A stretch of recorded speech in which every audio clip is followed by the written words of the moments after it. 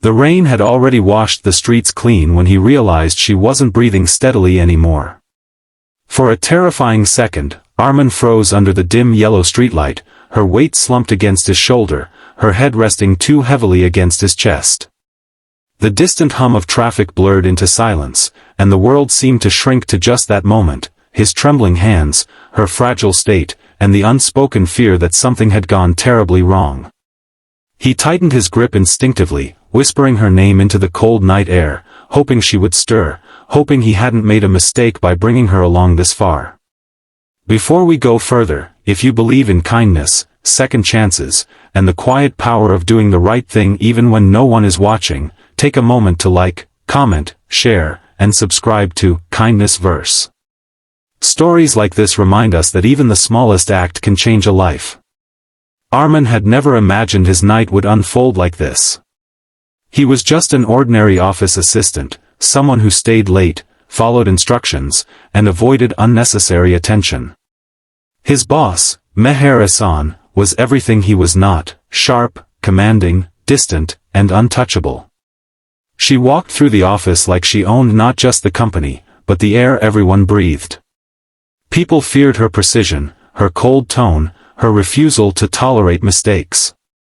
So when he saw her sitting alone at that upscale restaurant after a company event, something felt wrong immediately. Her posture was different, slouched and careless, her usual composure shattered. Empty glasses crowded her table like silent witnesses. No one else from the office was there. They had all left, laughing and chatting, while she remained behind. He should have walked away. But something about the loneliness in her eyes when she glanced up, just for a second, stopped him. It wasn't the boss he saw in that moment. It was someone exhausted, someone unraveling. The manager had approached him quietly, explaining that she had refused help, that she insisted she was fine. But she clearly wasn't. Arman hesitated, knowing the consequences of overstepping. Yet, he found himself walking toward her anyway, offering assistance in a voice that felt too small for the situation. She barely resisted when he helped her stand. Her usual sharp words were gone, replaced by slurred murmurs and silence. The rain had just started then, a steady drizzle that soaked through his shirt as he guided her out, shielding her as best as he could. Every step felt like a boundary he wasn't supposed to cross, every passing second a risk to his job. But he kept walking. The journey to her apartment was longer than expected. She stumbled more than once, and each time he steadied her, careful not to make her uncomfortable. He didn't speak unless necessary. The silence between them wasn't awkward, it was heavy, filled with things neither of them could say. When they finally reached her building, he struggled to get her inside. The security guard looked surprised but said nothing. Inside her apartment, the air felt different, sterile, quiet, almost too perfect. It didn't feel lived in. He helped her to the couch, unsure if he should stay or leave. For a moment, she clutched his sleeve weakly, her fingers trembling as if afraid of being left alone. That single gesture rooted him there longer than he intended. He fetched water, placed a blanket over her, and made sure she was breathing steadily before stepping back. That was when he noticed the photograph on the side table. A younger version of her, smiling brightly beside an older woman who looked warm and kind. The contrast hit him harder than he expected. The woman lying on the couch now looked nothing like the one in that picture. He left quietly after that, closing the door behind him as gently as possible, carrying the weight of something he didn't fully understand. The next morning came too quickly. Arman barely slept. His mind replayed the night in fragments, the rain, her silence, the way her hand had clung to his sleeve. He expected the worst. Maybe she wouldn't remember anything. Or worse, she would, and she would be furious. He had just poured himself a cup of tea when the knock came.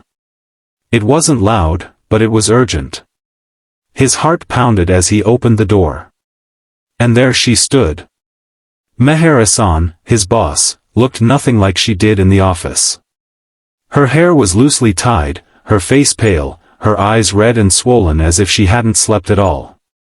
She looked smaller somehow, stripped of the authority that once defined her. For a moment, neither of them spoke. Then he noticed the tears. They weren't dramatic or loud. They simply fell, one after another, as if she had been holding them back for far too long. Arman felt a strange unease. He had prepared himself for anger, for reprimand, even for losing his job. But not this. Not vulnerability. She finally spoke, her voice barely above a whisper, thanking him in a way that felt too heavy for such simple words. It wasn't just gratitude, it was something deeper, something raw. She told him she didn't remember everything, but she remembered enough. Enough to know she had been at her worst. Enough to know he had seen her in a way no one else had. And yet, he hadn't taken advantage of it. He hadn't judged her. He had simply helped. That broke something inside her. As she stood there, she revealed pieces of her life that no one at the office knew. The pressure of maintaining perfection, the loneliness of leadership, the recent loss of her mother, the woman in the photograph he had seen. She admitted that the night before had been the first time she allowed herself to collapse under the weight of everything she had been carrying. And he had been there. Not as an employee. Not as someone seeking favor. But as a human being.